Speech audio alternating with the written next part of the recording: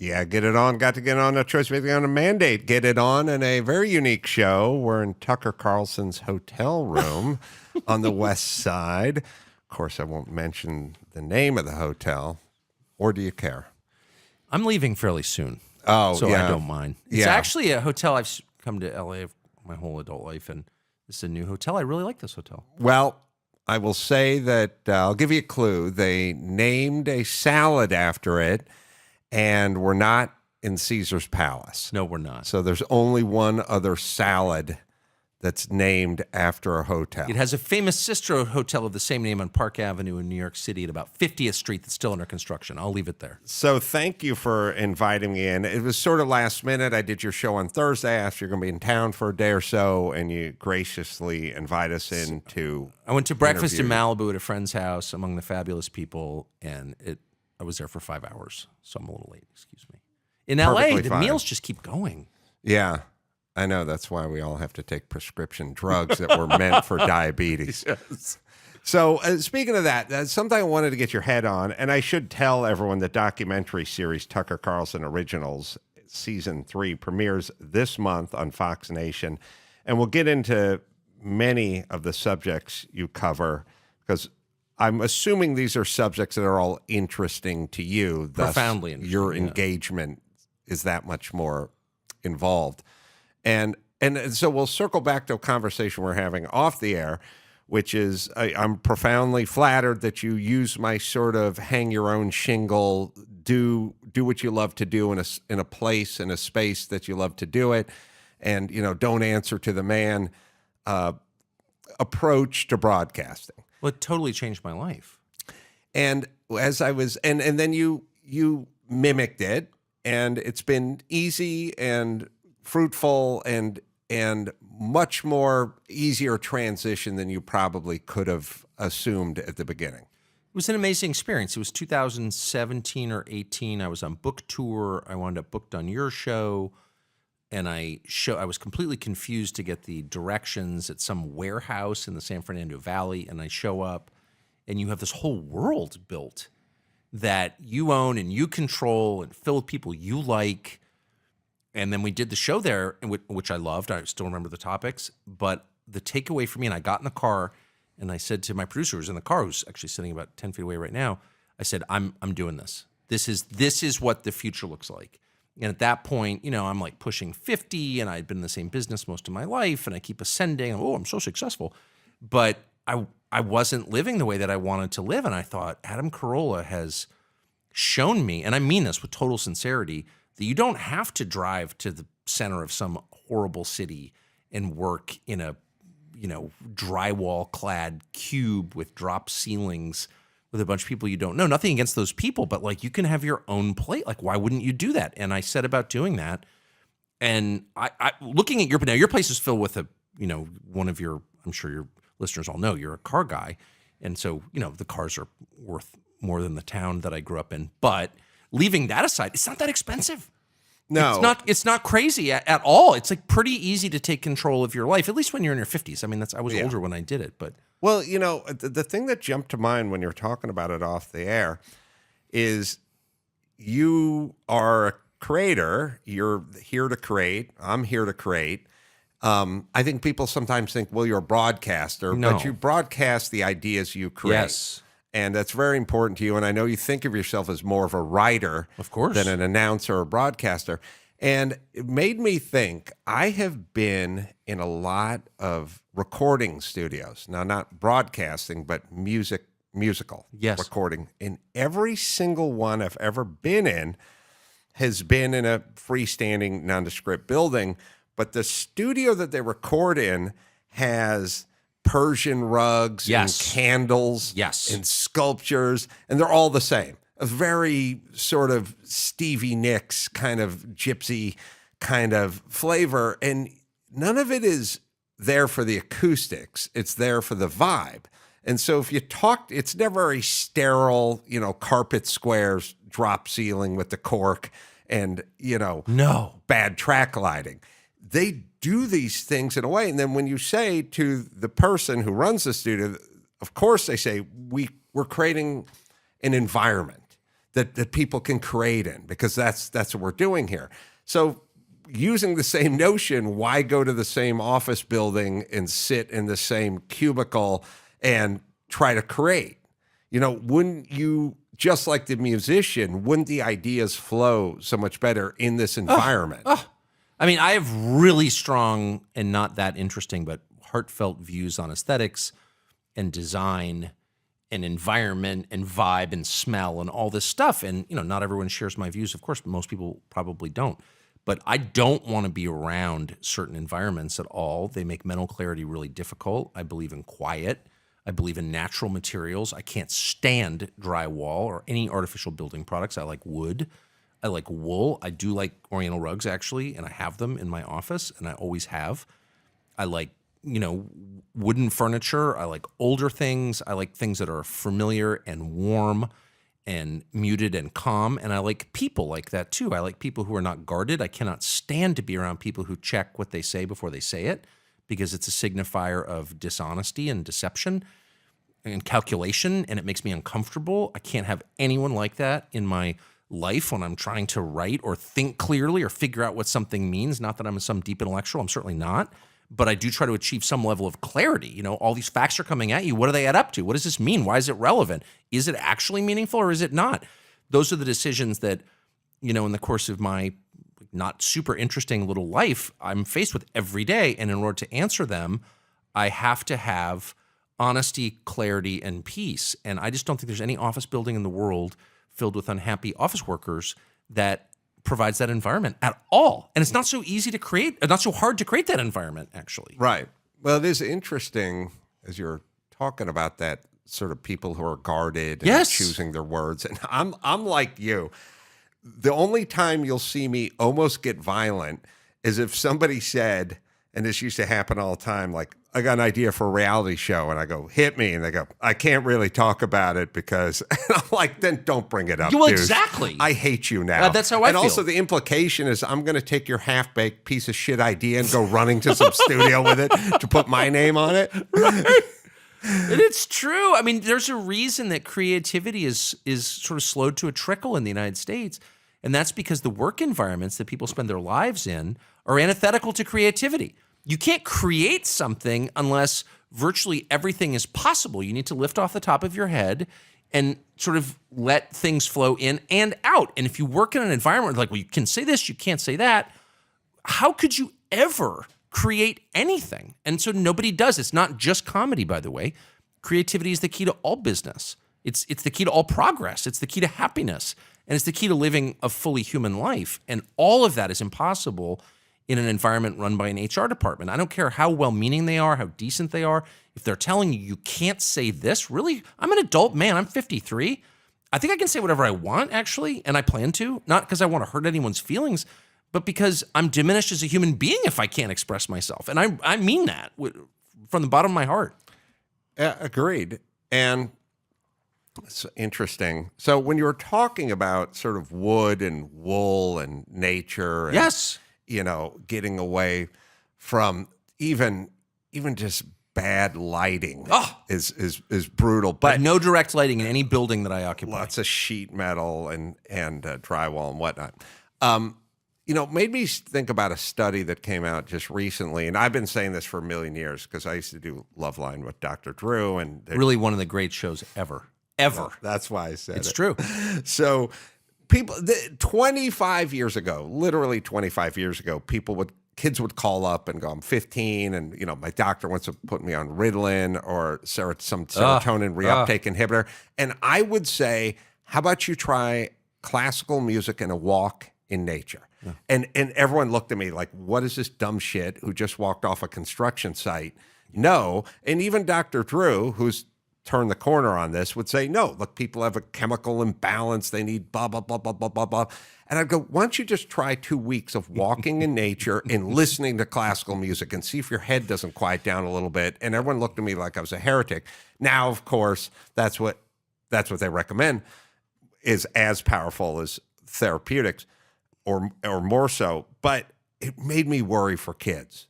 I mean, kids and what they're dealing with today and TikTok and noise and pharmaceuticals and a never-ending crawl on the bottom of every screen. They're watching their wristwatch, their phone, the big jumbotron at home.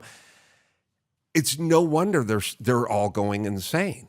Well, the pharmaceuticals are the biggest threat in my view. I mean, there's no doubt that there's way too much noise, too many distractions, too many of them are intentional distractions. In other words, forms of manipulation. I mean, there are a lot of dark things going on. But putting chemicals into your brain that rearrange your brain chemistry, while maybe a good idea in some rare number of cases, is insane. And just like macro level, think about it. Let's say, for example, anxiety, which is something that every person feels at one time or another, which is a synonym for fear. Anxiety. And so the first response of your doctor, your healthcare provider, is to prescribe you something to make it go away, a benzodiazepine, Xanax, or some other. Think about what that means. You're feeling anxiety. Why? Because you have a brain chemical imbalance? No. Probably in response to something that should inspire fear. In other words, if you said to me, I burned the shit out of my hand on my stove, and I said, I've got just the topical anesthetic that will take the pain away so you can put your hand back onto the stove, you would correctly say, that's insane. My hand hurts because it's a sign from my body telling me to keep my hand off the stove. Anxiety is the same. It is a warning that you are not living in a way that brings you peace. So why don't we just pause for a second and go through how you're living? How are your relationships with other people? Are you drinking too much? Do you have a fulfilling job? Are you getting fresh air in nature? How about sunlight? Are you spending your entire life behind a screen? Maybe that's why you're feeling anxious. None of those factors are ever addressed. Those are the core factors. It is a warning sign. If you're having panic attacks, which many people have had, I have had, that is a sign that you need to reassess how you are living. And to medicate it away and not address the cause of it is malpractice. And given what we know now about the side effects of benzos and of all these other SSRIs, all the amphetamines that we hand people in the name of curing attention deficit disorder, all of that, given the downsides of those drugs, in some cases the fatal downsides, it's a crime. It's actually a crime. And I'm sure you know at this stage people who are addicted to pharmaceuticals, prescribed faithfully by their doctors, who never check in to see how the patient is doing. They just keep writing these scripts. Like, people should go to jail for that. And I mean it.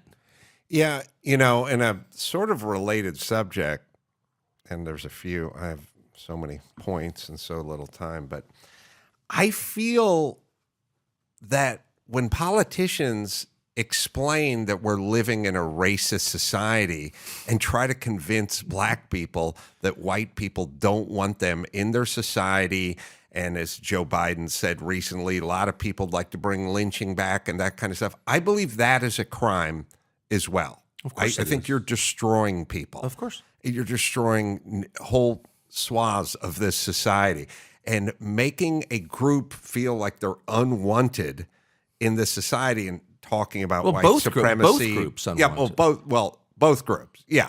Right. It's an insane message in 2023 to peddle to the American people, and it's so irresponsible, but it's mostly gross.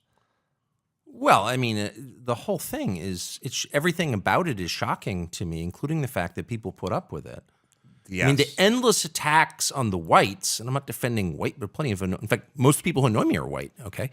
But to attack any group as a group is by definition like a Nazi move. Like, what? What? I can hardly believe it as someone who was born in 1969 and grew up kind of faithfully believing in Dr. Seuss and the core lessons of the civil rights movement, that we're allowing our leaders to attack an entire group of people based on their genetics. Like, isn't that the one lesson we learned from Jim Crow in the Second World War, is that shouldn't be allowed? And yet it's the defining fact of American politics. White people are bad. And you sort of wonder, like, why does no one stand up and say, how dare you talk about people on the basis of their race? Like, how dare you? But everyone's too afraid. You're a white supremacist. What? No. Yeah, I've said this in the other direction. I've said to a couple of my black friends, when Joe Biden is talking about airlines gouging the citizens of the United States with extra costs for knee room or luggage or whatever, and he says this disproportionately affects poor people and people of color. Like, you've actually taken poor people, remove them from people of color. Now you have your own category. Right. meaning Jay-Z's getting gouged. when he- Obama and everyone in Appalachia is getting screwed. right. And but I do want to say to the black populace, aren't you fucking insulted by this old man who keeps saying, these black business owners are as smart as white business owners, so they just can't get lawyers or accountants. Right. Or driver's licenses. Aren't They you, don't have driver's licenses. That's the thing. You're not insulted? Why aren't you insulted by this? I mean, black and white. Why aren't both sides going, what are you talking about? Because everyone's so intimidated. And I have to say, even now, I don't know how many years we're into this whole get whitey phase of American history, and every black person, including Michelle Obama, is oppressed. Every white person is an oppressor. It's been going on for 6 or 7, 8 years now. What I'm so interested to see is that the racial tensions on a personal level still seem amazingly low. Yes. Like I maybe I'm just living in a different planet or something, but I never have any conflict with I deal with tons of people who don't look like me.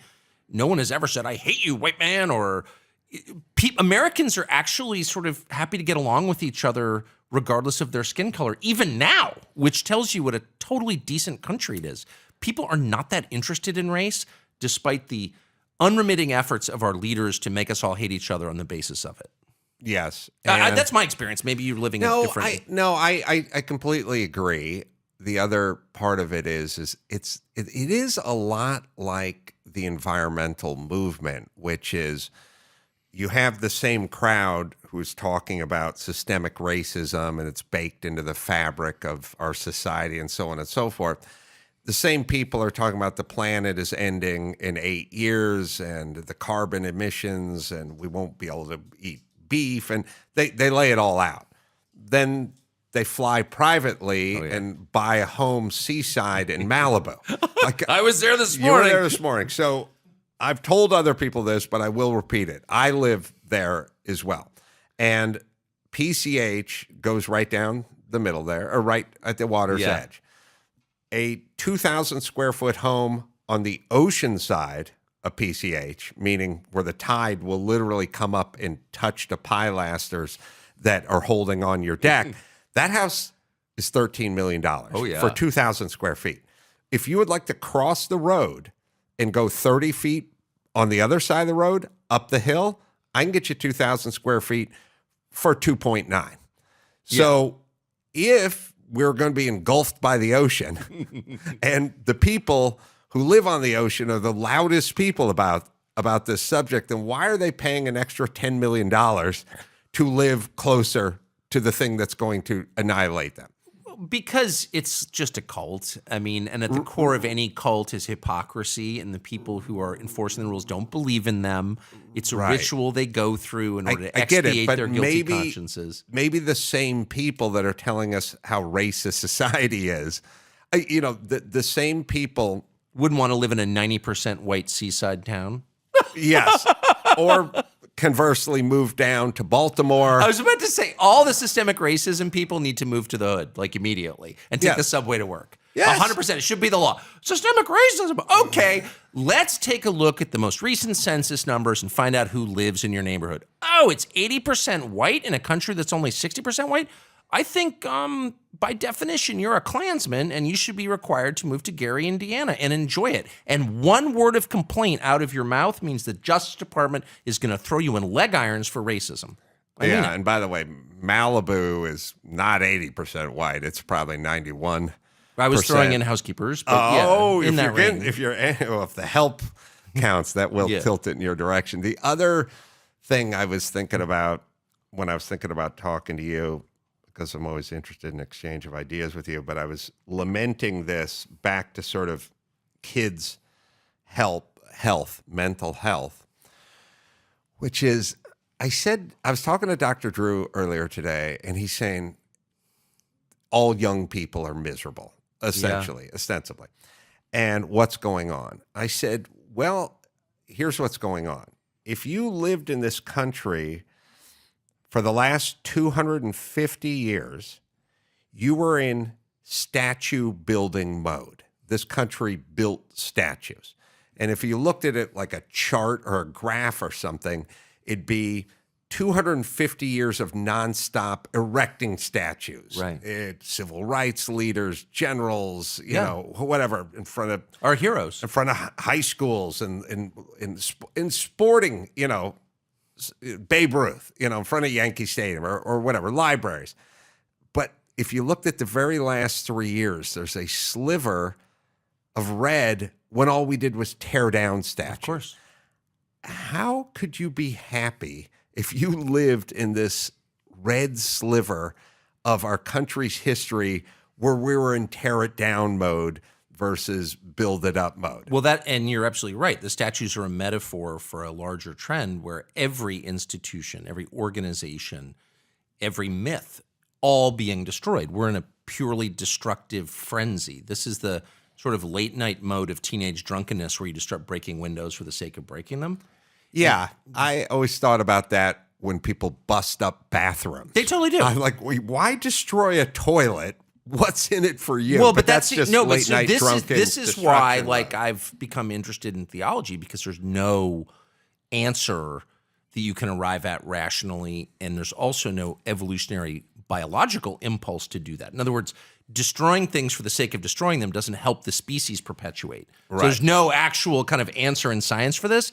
There is a spirit of destruction that descends on people. All of us have felt it. I have participated in it personally, where you just feel like, I want to destroy something.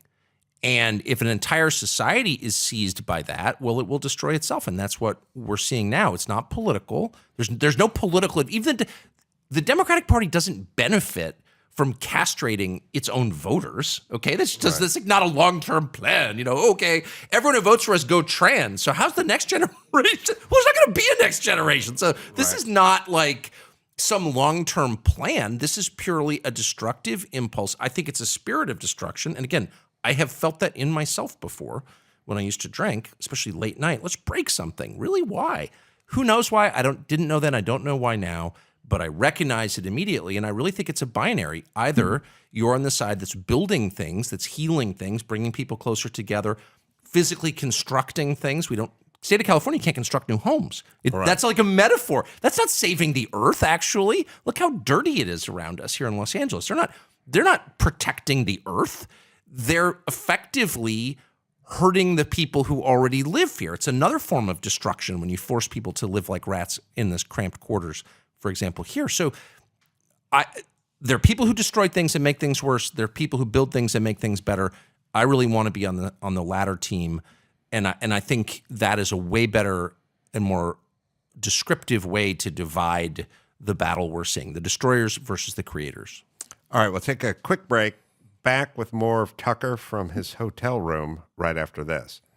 Hey, it's Adam Carolla. Is your vehicle no longer stopping like it used to? Or does it squeal, shake, or grind when you brake? Don't miss spring brake deals at O'Reilly Auto Parts now through April 25th. You can get 15% off when you buy a set of Brake Best Select or Import Direct brake pads and 2 rotors. Brake Best Select and Import Direct brake pads are engineered for all driving conditions to restore and improve braking performance. With application-specific friction formulas, noise-canceling shims, and low-dust operation. Trust Brake Best and Import Direct to deliver better braking. Don't take a chance on your next brake repair. The professional parts people at O'Reilly Auto Parts will help you find the brake parts and supplies you need to do the job right the first time. Stop by your local O'Reilly Auto Parts today or visit online, O'ReillyAuto.com. Releasing material through social media and other streaming services has allowed comedians the chance to ignore the old gatekeeper. It's really quite exquisite. In the old world, comedians relied on TV shows to bring them to a national audience. I was so ugly, my mother breastfed me through a straw.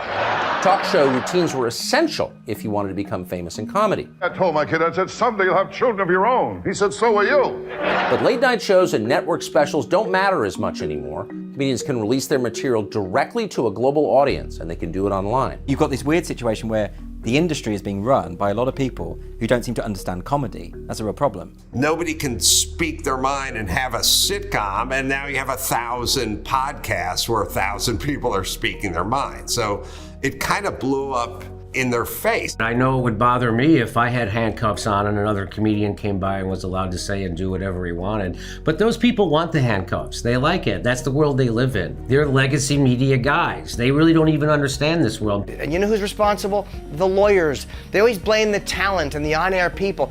It's the stupid lawyers giving panic-stricken notes, worried about special interest groups, worried about one letter they got, worried about one email, one complaint they got. So what happens is you put talent in a little box and they can't be funny. Their grip was so tight that it bulged out the bottom. And so they created Gutfeld. They created whatever new platforms people are using, and they created all of it because they went so hard. Of course it's gonna happen. You had to wait for them to bless you, and now we're figuring out that you can bless yourself. Back with Tucker Carlson and the documentary series, the Tucker Carlson Originals, which are very well crafted. I was honored to be a part of one. I hope there's room in other productions for me because I always love to contribute. It's like a Woody Allen movie. You're the recurring character in every one. So we were talking off the air, but also here's an interesting hypothetical for you in terms of building. Yes. Because I agree, I was a builder, I worked with builders, and they built this country, but it's more than iron and brick and mortar. It's kind of a mindset. Yes. You know what I mean? Like they want to create, they want to expand, they want to move forward, and so on and so forth. And something else I was kicking around the other day is Los Angeles is fallen off a cliff. I mean, it is a hellscape now. It's garbage everywhere. It's crime everywhere. Everything's expensive and this, that, and the other. And so we had an election to see who our next mayor would be several months ago. Oh, I noticed. And we had a builder named Rick Caruso. And this guy was a world-class developer, and he did the Grove, and he did many of these great developments. And anyone who's been in one of those, it's a little bastion of utopia inside of a dumpster fire. Of It's civilization, clean, it's safe, it's everything else. So I think that's the guy I would want running LA. Yes. Okay. But we decided to elect a career politician who has no experience. Winnie in any Mandela, was that her name? building. Her name is Karen Oh, Bass. sorry. Right. Yes. Karen Bass. Right, okay. So we went with what I would call, I have a category called crazy friend of your mom's when you were in high school. That seems to be who runs Los Angeles, like your mom's craziest friend, girlfriend when you were in high school, and you went like, who's that nutty bitch with the clamp-on earrings? Yeah. They make policy. Yes. That's all they do, whether it's COVID or permitting or whatever kookiness is going down. But here's a hypothetical, and whether it's Karen Bass or Kamala Harris or even Joe Biden, if you just said, I'm going to hire a headhunter, I need someone to run my company. Now, what would it cost to get Rick Caruso to run your company versus what would it cost to get Karen Bass if a headhunter went out there? Rick Caruso would want $46 million a year and stocks. Karen Bass you could get for $46,000 a year to run your company because she doesn't know what she's doing. Plus paid vacation, yeah. Yeah, one week a year. I'm just saying, if you put it in those terms, isn't it insane what we do in Los Angeles? Well, but it's not just Los Angeles. I mean, across the country, all of our institutions, from our big banks. I mean, the woman who runs Citibank is like utter incompetence, one of the biggest banks, and it's a strategically, essential bank. Not into banking. Every police department in the country seems to be run by one of the dumbest people on the force. Our Congress is filled with utterly mediocre people. The choice in LA was especially stark between someone you would never have dinner with and someone with a long record of achievement. And they always choose the least capable, most destructive person. So what does that tell you? The goal has changed. The goal is not making the future better for your kids or grandkids or even preserving what you inherited, which seems like a baseline requirement, right? You get something, don't screw it up. Right. The goal is exactly the opposite. It's to degrade, tear down, to get the least capable. I mean, I see this everywhere. You look at the women's magazines and they pick women who are like physically repulsive to be on the cover, or some dude dressed as a woman. Right. And you're like, wait a second. Not only is this not about beauty, it's the opposite. It's about ugliness. It's about promoting incompetence, ugliness, malice, ineptitude, corruption, all the things we thought we didn't want. Now they are being aggressively pushed to the very top of the society. And so, like, what is that? That is the spirit of destruction that I mentioned earlier. And there's no rational explanation for it. There's only a spiritual one, a supernatural one. Like, what the hell is going on? This is civilizational suicide, obviously.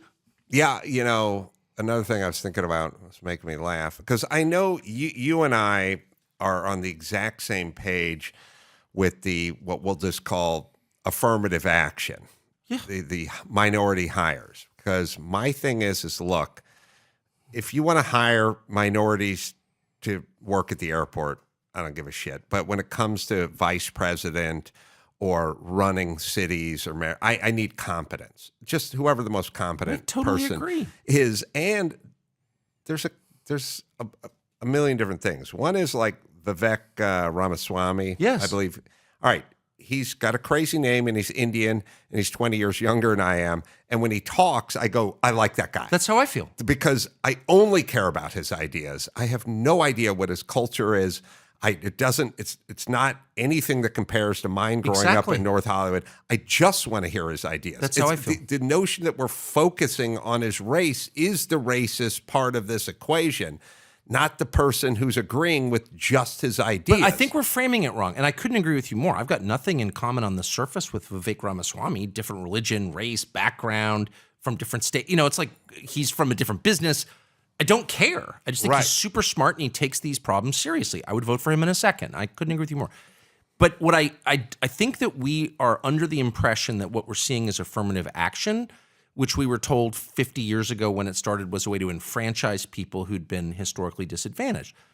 I don't think that's a terrible idea. Like, as an idea, that's not what's happening. No one's benefit. Like, if you said to me, okay, we're going to have this BLM movement and we're going to burn a bunch of your cities down and attack a lot of the things that you believe in and hold dear. But, like, 1/3 of the population of Baltimore will, like, learn to read at high school level and get good jobs. You'd be like, that's, I'm not sure I'm for this, but at least someone's benefiting.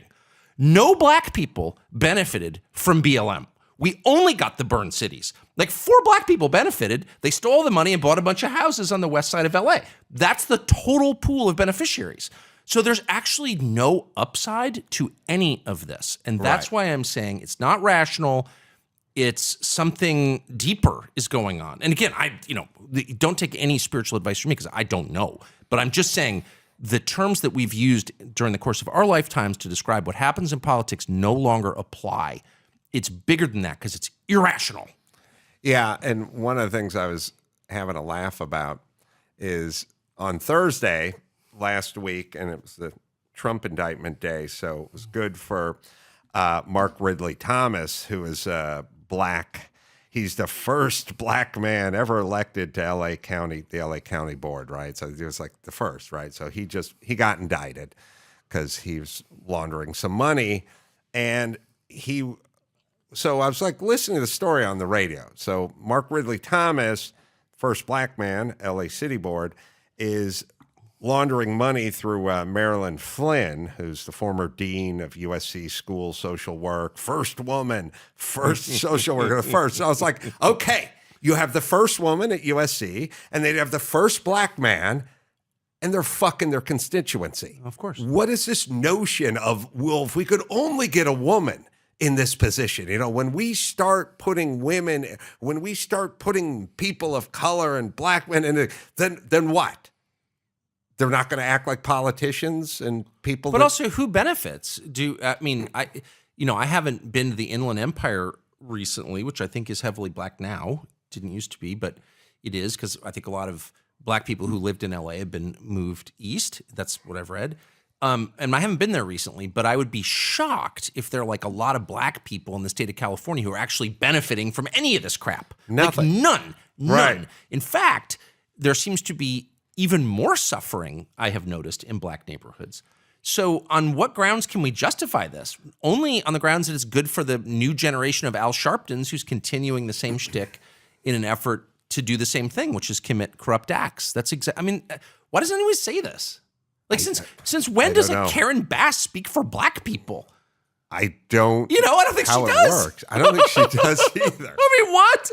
Well, the other, I think it's worse than does nothing for black people. I think it's worse because I feel like a lot of this was meant to satiate. Of course. So you go, we're going to have the first black or African-American vice president, whatever. So rejoice, black women who are living in squalor outside of Gary, Indiana. Exactly. Right? And it'll do nothing for you. But yet there'll be a moment where it sort of satiates. It's like you're rooting for a team to win the World Series or win the Super Bowl, and then you go back to your horrible factory job and your loveless relationship. I've got great news, Adam. It's Christmas morning, and I want to give you not an actual president, but a symbolic present. Here's a symbolic victory for you. we passed that. Right. I will say this, if I can just make one prediction. So the United States is becoming non-white. Everyone's excited about it. Or whether you're not excited about it, it doesn't matter. Whites are going to be in the minority. So what that means soon. So what that means is you're going to get at some point, probably in my lifetime, people standing up and saying, I represent white people. I'm the candidate of the white voter. Right. And I just want to say on the record that I'm going to tell that person to fuck off because nobody speaks. I'm an adult man and nobody speaks for me because he shares the same skin color as me. Like I just reject that entire idea. If I agree with you, I'll let you speak for me. And if I don't, I won't. But this idea that someone of a certain skin color, any skin color, or any ethnic background speaks automatically on behalf of all people who share that skin color or ethnic background is a Nazi idea, and I'm totally opposed to it. And I will be opposed to it when it happens to me. When and this will happen. Someone's going to, white people. And I'm going to be like, I don't even know you, dude. Yeah. I don't even know you. I refuse to allow you to purport to speak for me because we look the same, period. Well, this is the real white privilege. Mm-hmm. It's not having a spokesperson. It's not having... that's so deep. That's so deep. Sorry, I'll let you continue. I've never thought of that. I love that, though. I've said it many times on my podcast, which is there is a white privilege. It's not being involved with a group. That's so good. When Joe Biden says, if you don't vote for me, you ain't black, that's a lot of pressure. As a group, now we have to vote for a crazy old man who has a corrupt family, or we don't get to be black anymore. This is quite a crossroads. You know what I mean? It really is. I mean, it was literally. I mean, I know it sounds insane, but that's a brilliant point. That's a brilliant point. Years ago, David Allen Greer was pulling his Ford. Cadillac Escalade, something onto a lot, and there was a black security guard who would kept making fun of him for not getting rims on his SUV. Fair. And why aren't you rolling with 22-inch dubs? Spinners, by the way, yeah. There is no land with more potholes in it than Los Angeles. You put on 22-inch rims with 25 series rubber band tires on it, and you will be pulled over by the side of the road with a flat tire every 100 feet in Los Angeles. It makes no sense. The whole point is, look, I could talk about stopping distance and slalom speed and stuff like that, but the point is he got a bunch of shit and would continue to get a bunch of shit from a security guard telling him what rims should be on his car. And I bet as he pulled up to that lot, he would hope that security guard wasn't there because he was going to get a ribbing for not getting rims on a leased Denali. Our white privilege, never have to have that discussion. With someone like, why aren't you wearing a cardigan? You know that's what we wear, Tucker. Where's your pocket square? Right. You haven't quoted Seinfeld this hour. What's wrong with you? What's wrong with you? Why aren't you listening to Dave Matthews? Okay, that's good. You got the fifth dimension coming out of those speakers. This is an outrage. I don't know why I've never thought of that, but it's a privilege I hope to continue having, by the way. And you get to go whoever. Ted Nugent. Fuck that guy. I don't agree with him. Joe Biden. Fuck that guy. Right. He's an idiot. I don't have to pretend. I totally agree. Think about the pressure. You know what I mean? It's like, I've seen hey, Michelle Obama. What do you think of Kamala Harris? She can't go fuck Oprah. I don't share any opinions with that cow. I bet she thinks it though. But all I do is shout out white people whose names who I hate all day long. I totally agree. The funniest thing is when we first, I'm sure she hates her, but my point is she can't say anything. That's her group. She can't get outside of it. And it's so funny that the white people, and it is mostly white people, I have to say, who enforce, message discipline in this country, use black people in order to do it. And when we first started this show, like 7 years ago, we started to get it. You're a racist, and I remember thinking, and even talking to my producers about it. I've got a lot of bad attitudes about a lot of things. I've never really been a racist. I'm from Southern California. That's wasn't a thing, right? Growing Scared up. of people who look different than you. Right.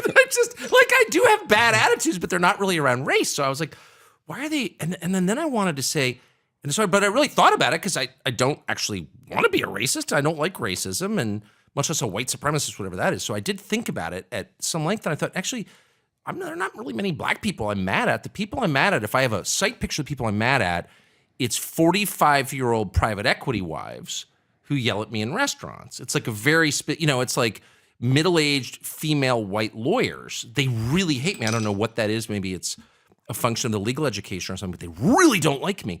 And so I wanted to say, I'm sorry, I'm actually not mad at black people. I hate you. Right. You're the one I really dislike, and I mean that. And if you could x-ray my soul and see who I'm actually mad at, that's who I'm mad at. But they don't want to hear that. So I know you're really mad at black people. I'm actually really not. Just being honest. Well, how could you be mad at an entire group when they vary so I don't greatly? think 45-year-old private equity wives at the Four Seasons in Jackson Hole vary that much. Oh, well, they don't. They don't. Yes. There's not a lot of, no, they're all kind of the same. They all have the same attitudes. And I happened to just have been there 2 weeks ago, and one of them snarled at me as I was on my way to the men's room. And I was like, oh, I know who you are. You have a weak husband who you despise and have contempt for. Did she but that's say, not my fault. Did she say something to you? No, she took pictures of me and snarled. And I wanted to say, I don't know you. We've never met. I know that you live in Santa Monica or wherever, Greenwich, Connecticut, but I know for a fact that you have contempt for your husband. And I think if we could sort out the problems in your marriage, your politics would probably improve pretty dramatically. Yeah. Might be angry at the stepdad, too, growing up. For sure, the stepdad. But at this level, it's almost always the absent husband who's always in Hong Kong, and she knows he's cheating on her, and she's getting mad, and he doesn't want to deal with it and listen to her. She's like, I'm going golfing. And then she sits and goes on the internet and reads Twitter and gets mad about the oppression of people she's never met. What is it about you that provokes that reaction? Because I'm from that world. That's why. That's exactly what it is. That's exactly, because I know them, because I grew up around them.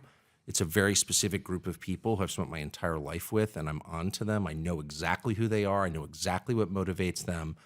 And they know that I know, and so that's why they hate me. I'm just being honest. I mean, I honestly think that. I've never been yelled at by anybody's housekeeper or any cab driver. The only people I've ever been yelled at are from that world, and it's a world that I'm from. So it's like, yeah, okay, honey, I know who you are. Oh, that's interesting. Oh, it's totally true. Ask them. Some of my producers are in the room and they're nodding because they travel with me. It's always that. It's always 100% that. And so I'm like a trader or something, and I'm from Washington. I spent my whole life in Washington, and they're all super mad at me because I watched them go insane. I watched Trump, whatever you think of Trump, call bullshit on a bunch of their different longstanding scams, particularly in foreign policy. And when Trump said, "What's the point of NATO?" and they called him a racist for asking, I was like, "Oh, wait a second. You hate him because he's calling bullshit on your schemes, and you don't have a good answer. You can't tell me what the point of NATO is. What is the point of NATO? I'll listen patiently as you explain. Oh, well, shut up, racist. Okay, that's your answer? So You just sounded like someone doing an impersonation of you. No, your well, but- last 5 seconds. Okay, but it's just heartfelt. I mean, like, I know. I really feel that way, and I was there, and I saw it. I know I worked for Bill Kristol for 6 years. I know how this works. So I'm Yeah. not guessing, and they really hate that. I also have a theory, which is you outrage these people by not caring, and that drives them. Well, I have no utterly- respect. I have no respect. There's not one person who writes for the Atlantic magazine whom I consider impressive or smart. Not one. And they're all caught up in, well, I'm a fellow at the Atlantic Council writing for the Atlantic magazine. It's like, I know what that is. Like, you're not going to bullshit me into respecting you because I know how deeply mediocre you are, you merit badge collector. You're a total fraud. You're a complete fraud. You lived on my street. So I am not impressed by you, not even a tiny bit. And they don't like that.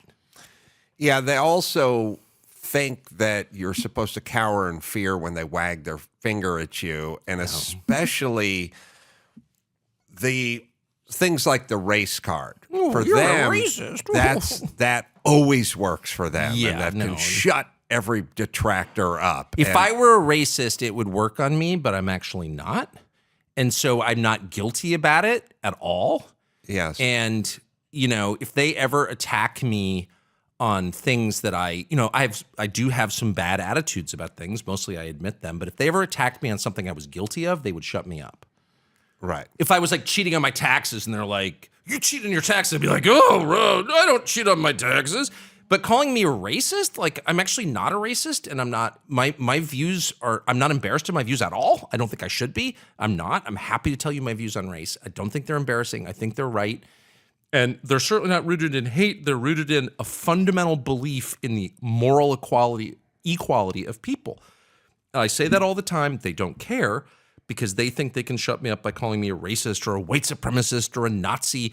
They're literally cataloging the race of every person in the United States and rewarding some and punishing others, and then calling me a Nazi. Really? Okay. So, like, yeah, they have no power over me whatsoever. None.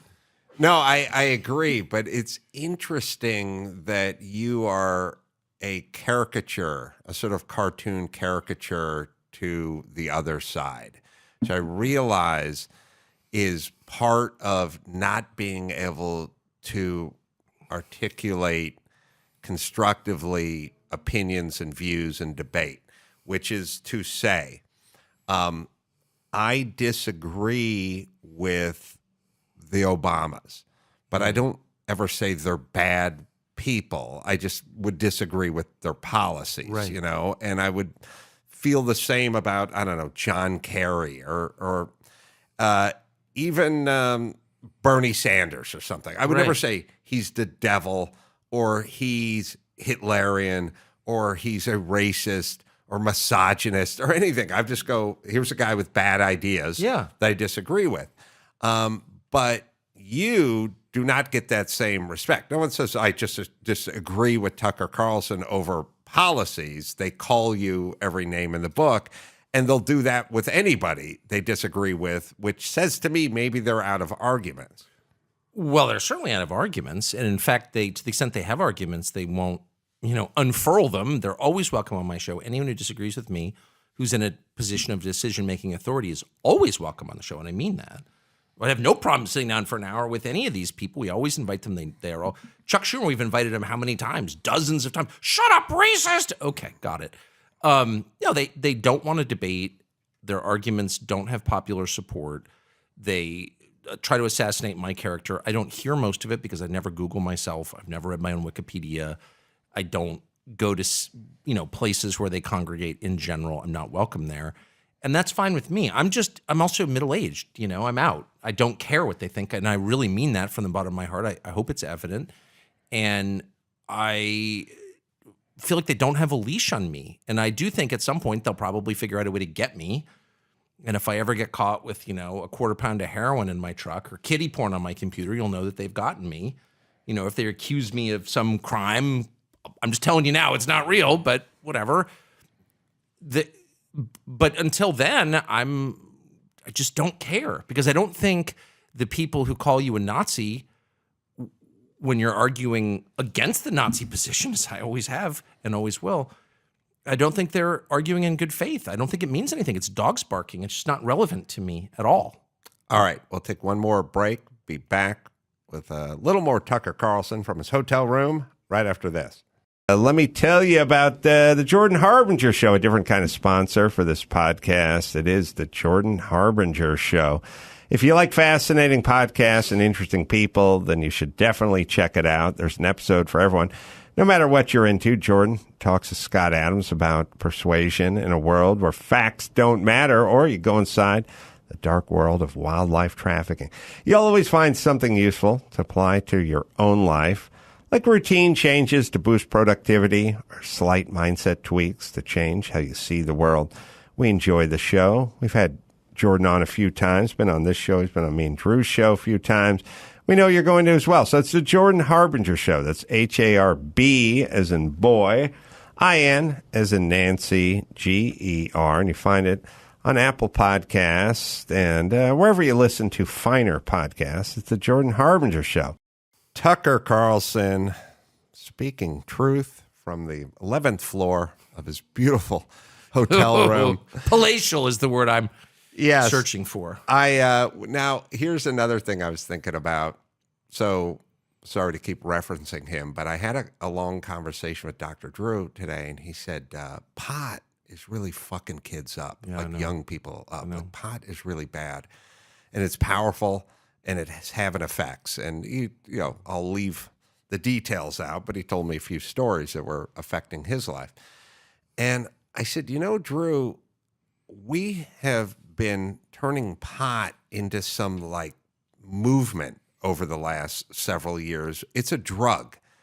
Fine. I'm not uptight. If you want to smoke pot, but it's not a multivitamin. It has effects, and you wouldn't want your 14-year-old doing it, and you wouldn't want your adult son doing it every day. That's for sure. And I said, this is, we had some off the air, some hot nicotine talk. I said, Drew, most people who live in Los Angeles, certainly if you polled mothers who live in Santa Monica, California, they would much rather their kids smoke pot than smoke cigarettes. And they would much rather their kids smoke pot than vape. And I thought, all that is water vapor with nicotine in it, and maybe a little cherry flavoring and some cartridges. But that's how off the rails we are. Pot is screwing up kids. It's screwing up adults. It's damaging a generation who participates in it regularly. And we've declared, in California, war on nicotine and not THC. I'm never not shocked by the deep ignorance of the educated class. Yes. Some of the most ignorant people I've ever met are graduates of prestigious colleges. That I'm not saying that to be counterintuitive or to attack the ruling class or whatever. I've just noticed it because I've lived among them my whole life, from birth till now. So yeah, they have no idea what they're talking about, is the truth, and they're very credulous. They'll believe anything the authorities tell them, and you can't have a leadership class like that. I mean, that's what you just said. I'm not going to bother to the science behind what you just said is pretty transparent. It's available on the internet. Most people have internet connections. The connection between chronic marijuana use and schizophrenia is much higher than the connection between chronic LSD use and schizophrenia. I stopped using LSD as a child because I thought, wow, I don't want to get. I had a friend who got schizophrenia from it. I was like, I can't do that. I just read yesterday there's a higher correlation between smoking weed a lot and getting schizophrenia, which is an incurable. It's worse than pancreatic cancer. It'll destroy you, and we've all seen it. And marijuana, like what? Whereas nicotine, of course, especially if you remove the tobacco from it, is not a carcinogen. And in fact, it's an enhancer of mental acuity, among other things. So whatever, I'm not even going to make the case for nicotine. I'm merely going to say if you believe that marijuana is less a threat to your kids than nicotine, you're ignorant. Like you don't know what you're talking about. And yet you probably went to Stanford and you work at some VC firm. You know what I mean? Or you're a lawyer in Century City. It's like, how do we wind up with people this ignorant running the country? I mean, I saw people on the street today in Los Angeles. It's a beautiful day. It's April 1st. On the way out to the PCH on San Vicente, wearing masks outside. And I said to my producer in the car, wow, there's a lot of mentally ill people here, and they're not all homeless. Some of them have expensive shoes on. But then I thought it's not, and of course it is, you are mentally ill if you're wearing a mask outside on April 1st in Los Angeles, 2023. But it's also a failure of education. Like they just don't know. Well, how do the supposedly most informed people in the richest country in the world just not know basic science? Like superstition has supplanted evidence and science to such a huge extent that I spent half my life in a very rural community, a town of 100 people. And most of the people there have high school diplomas if no one went to college. And I would say they're better informed on like science than most people in Brentwood. That's crazy to me. Yeah, I know. I marvel. I mean, obviously through COVID, we just lived through this. Yes. And it's insane. You know, the difference is if your rural community of 100 people got the science wrong, it would be fine because they're not making policy decisions. That's right. So we have these sort of I believe it's a lack of religion, and it's of course it is, and it's place superstition, and you know, if you just think we should all look back on this era and think about this phrase, mask up in between bites. The notion that was even uttered from a mouth, much less a mouth of authority, into a microphone or into the galley, you know, into the alleyway of an airplane at the beginning. The idea that somebody just said mask up in between bites and we listened it's insane. The Manson family is not as insane as the person that came up with mask up in between bites. And they had more sex than your average and probably healthier sex lives than your average. The Mansons, for sure. You know, yes. Leader of our society now. They're all weird, androgynous, celibate, creepy, isolated people who are encouraging children to be androgynous and celibate and isolated. It's like, whoa, I'm opting out, dude. This is too dark for me. But it's self-imposed. Oh, yeah. And that's the crazy part. Yeah. You know, when I used to work on a construction site with poor people, they ate crappy food for lunch, but it's all they could afford. Yeah. But this is self-imposed. 100%. And that's the part that I can't square. Well, people aren't meant to live in a world like this. I mean, it's just too nerf a world. You know, it's not, there's so many problems, but I would just say, as we were talking about with SSRIs and benzos, it's like, if you're having this reaction to your life, you need to change your life. You need to change your life. It's cause and effect. I feel like we're losing an understanding of like the core of reason and empiricism, which is cause and effect. You do this, that happens. This takes place, here's the result.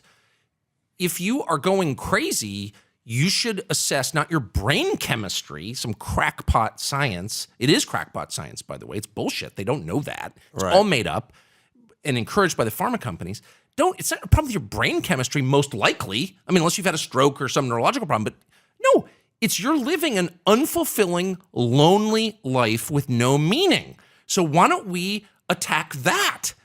And then we'll all be better. I'm serious. Like, the number of childless, unhappy, celibate, androgynous leaders we have is crazy. If you went to Gretchen Whitmer's dinner table and no one was around and assessed her life, like, you would look into the pit of spiritual hell. Like, you know that all these people lead totally unfulfilling lives. Like, you don't want people like that in charge. You don't. You want rounded, happy people with rich, rewarding personal lives and deep, enduring personal relationships. They're the wise people. You don't want crazy people with no kids who don't give a shit about tomorrow. You don't want 80-year-old people who are literally staring down the barrel of death, making long-term decisions for a country of 350 million people. That's not a good idea, dude. Let's not do that. Yeah.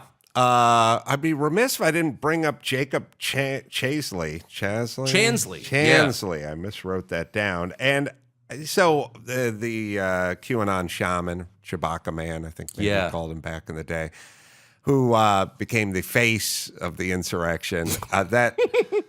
We won't pour over the nuts and the bolts of January 6th, but the idea that I can't even talk about it, Adam. Sicknick was killed with a fire extinguisher. Then he was killed with I'm getting bear PTSD, spray. dude. I'll never. People that killed themselves months later were counted amongst the police that were killed that day. I mean, first off, as I've said many times, when there's an actual catastrophe, an actual thing, you don't pad the numbers. No. Nobody said 10,000 people died on 9/11. Or 10 million. Or 10 million. They just went 2,963 or whatever. Or at Pearl Harbor. Or at anything. That's just like when there's an actual event, commercial airliner crashes, 287 souls. Why are you padding things? Why are you trying to make rock soup out of this event if it was just the greatest insurrection and not since Pearl Harbor? So for anyone listening, if you ever hear them padding things, we lived through it with COVID and you saw it with January 6th, then stop to say to yourself, if this was the event they said it was, why are they counting cops who died 6 months later? We're watching history be made. Yes. We actually have this weird vantage where we just sort of got led in by accident into the history-making factory, and we see what they make it from. Yes. And it's not actually like the parts of the cow you want to eat. Right. It's all like buttholes and sawdust, and like they're calling it a hot dog. It's like, it's disgusting the closer you get to the manufacturing process. And it turns out this is not the only historical event they're lying about. And why are they lying about them? Well, they're lying about it because history is not the record of what happened. History is a blueprint for the future. So on the basis of this event, we're going to make these forward-facing decisions. And it's very tempting for people to lie about that in order to justify making changes that they want, which will benefit them. So I guess in me, and I'm interested in history, it does make you kind of reassess, like, what are the things that they tell you? Like, what are the lessons of Vietnam or 9/11? I'll just say one thing. I'll never forget sitting on the set on Crossfire more than 20 years ago after 9/11.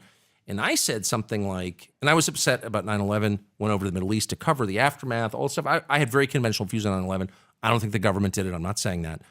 But I did ask on the set, like, why do you think 19 people killed themselves? I'm not defending the hijackers. I think they're monsters. They're terrorists. I still think that. Of course they are. But, like, they did die. Like, why? What was their motive? Like, you have to believe in something really strongly to want to kill yourself for it. What was that thing? And I just asked that question. I still don't know the answer. By the way, 20 years later, I have no freaking idea what the answer is. But I said that. I mean, I've never been attacked like that. Shut up! Are you on the side of the terrorists? No, of course not. I live in Washington. I was there when the Pentagon blew up. Like, I'm not for this. I hate it. But I do think we should know why it happened. That was the number one impermissible question. And it was at that moment that I was like, oh, wow. If they're not letting me ask the most obvious and important of all questions, like, which is why, always the most important question, why did this happen? Then maybe there's a reason they won't allow that to be asked. And maybe the reason is they're going to use this event to change my life. And of course, that's exactly what happened. They used that event to change my life and this country and make them both worse. So we should always be on guard against that, I think. That's absolutely 100% what they're doing with the fake, unarmed, unplanned insurrection of elderly American middle-class voters who had an actual beef with our election system. So, of course, they're lying, and we should call it out constantly. And I've lost, almost all my old relationships in Washington for doing that. I don't care. It's true. They are lying, and I'm going to keep saying that until they silence me. Do you think Chansley was released in part because of the video footage you released on your show? I have no idea. I would, like to flatter myself and say, we got a man out of prison, but he's still in a halfway house. He should not be there. He did nothing wrong. He committed no crime. He was led into the Senate chamber by armed police officers. They opened the door, they let him in, tried a bunch of doors. They finally found one that opened, and they let him in, at which point he said a prayer of thanksgiving to God for the police officers. So, like, if he committed a felony, how did the cops who let him in not commit a felony too? The whole thing is so insane. They hid that video, the January 6th Commission, Adam Kinzinger and the loathsome Liz Cheney, and the rest of them, and they put this man in prison and destroyed his life on the basis of a lie. So Liz Cheney went on and got a job teaching children at the University of Virginia. So how does she still have that job? I can't even believe that we all know that they lied, they destroyed a man's life, and no one has been held to account for that. It drives me insane when I think about it, so I try not to. Yeah, it's also it's insidious that you realize that they will sacrifice people at the altar of their form of democracy. Would you ever do that? Honestly, look into your soul. Would you ever destroy a man, throw an innocent man in prison for some material advantage for yourself? Honestly. It's insane. It's unthinkable. It's unthinkable. It's unthinkable. It's the opposite of being a politician, or what you want in a politician. Yes. And I don't get, I mean, my wiring, and this is going to sound convenient, but it's been on display many times. Every softball game I've ever played in, when I'm out in the field and the secretary comes up and hits the comebacker to the pitcher, and then there's a tie at first base and my team is arguing they're out, I always yell, let her stay on first base. Like, leave her alone. She barely knows how to swing a bat, you know. And everyone yells at me. Then my own players yell, my team yells at me, shut up, don't argue for the other side. I'm like, just... it looked like she beat out the throw. That's all I'm saying. And then they go, shut up, because they want you to argue their point, whether they're lying or not. No, imagine being on the January 6th committee, knowing what actually happened, having access to this footage, and just going along with this. It's unthinkable. Well, people who would do that would do anything. They would necklace you. I mean, they would literally necklace you in the street and scream, "No one is above the law." I mean, what? I mean, it's like, so you can't have people like that in power. You can have people who disagree with me. You cannot have people who are willing to punish the innocent and destroy the innocent for the sake of whatever scheme they're running. You can't have people like that. I think if you got them drunk, they would say, look, you would throw away a couple of lives in order to prevent this greater evil. That's how they justify taking over this country. That's how they do. That's how they. There used to be signs in this town that said 54,000 people die of secondhand smoke every year, and I used to pass by it and I would say, well, that's bullshit. Yeah. And I would go into work and I would say to Dr. Drew, 54,000 people die of secondhand smoke? And he'd go, no, nobody dies of secondhand smoke. I go, have you ever seen a patient who suffered from secondhand smoke? He said, no. A loved one, a celebrity, died of secondhand smoke. You know, it's like, no, it doesn't exist. I go, well, what are they doing? I go, they're lying, trying to get you not to smoke. That's basically how they work, which is, yeah, this is bullshit, but I know what's good for you. So or AIDS being an equal opportunity killer, whatever. Of course it doesn't work. But it degrades everyone involved. Lying. Who's going to listen to Fauci or Rochelle Walensky or the head of the WHO or Barbara Ferrer, Health Council, California, Los Angeles? I'm not going to listen to those idiots about anything. Of course not. Ever again. No, I'm going to be... Even if they're right, I won't be listening to them. That's the other. That's the effect, of course, is to drive people out of the medical system into holistic healers and shamans and crystal wielders and into acupuncture and cupping. And like most rational people are like, I don't know anything about science really, but I know that you're lying and I'm not going to your office again. Like, honestly, people feel that way. Right. So, I don't know. Predictions. I mean, where do you think this is going? I'll buy you a second, which is I always just go safe spaces and octagons. I just say, if you want to live, you're just going to move to Florida, or you're going to move to, Nevada, or you're going to move to Texas, or you're going to move to somewhere where you're surrounded with like-minded non-nut jobs, and San Francisco and LA can just turn into piles of homelessness and Soylent Green and taxes up the wazoo. And I think people are just going to separate. LA would be the safe space and Florida would be the octagon. But the people who want to live their own life and, want to be free during COVID times and things like that are just going to separate. Yeah, clearly that trend is in progress. And if you've been to Palm Beach or Miami recently, you'll notice they're building a whole new country there. Florida's the capital of a new country. It's unbelievable. You should take a week and go and check it out. I personally think it's very sad to give up the prettiest place in the world, which is where we are now, California. And that the answer is really super simple. It's not even about policies. It's about telling the truth. If you commit to telling the truth as fully as you can, recognizing you probably get it wrong a lot because you're only human, but saying what you honestly think all the time, you become filled with some kind of weird power. You become bigger and stronger. But if you submit to lying, if you allow yourself to lie through fear or avarice or whatever your motive, you become smaller and more afraid. I really believe that. It's like the one thing I've learned in the past 5 years. Telling the truth makes you bigger and stronger. Lying makes you smaller and weaker. And if people just resolve to tell the truth, period, I don't care. I'm telling the truth. I honestly think you could save California. It would probably be a lot more liberal than I am. That's fine. But it wouldn't be dystopian. You could live here. If normal people, and that's the majority even now of California, normal people, if they just resolve to do that, I think that's the answer. A good note to go out on. The series, Tucker Carlson Originals, Season 3 premieres this month on Fox Nation, and all the subjects you're interested in, or subjects you weren't interested in, but Tucker is interested in, and he will make you interested in it because he does that good a job of executing. And of course, the show, Tucker Carlson Tonight, weeknights at on the East Coast at 8. We're lucky we get to see it here at 5 o'clock, and that's on Fox, of course. Thank you so much for carving out time, Tucker. Are you kidding? Thanks for coming to my palatial hotel room. It's beautiful. I feel guilty because You can't see my piles of room service in the background. I did grab a glass from the minibar. Yeah. And I was heading to the bathroom to fill it up because I just can't pop the cap on $17 bottles I've got of water. 30 pounds of lobsters and 6 creme brulees coming in just 1 second.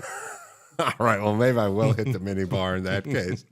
But your lovely producer stopped me from filling it from the sink. I was actually going to dip it in the toilet. I love that. Ladle style. And she brought a bottle from the minibar. So here we are with my beautiful Aqua Pana or whatever it is. Anyway, I've spoke too much. Tucker, always a thrill. Always glad to talk to you. And until next time, this is Adam Carolla for Tucker Carlson saying mahalo.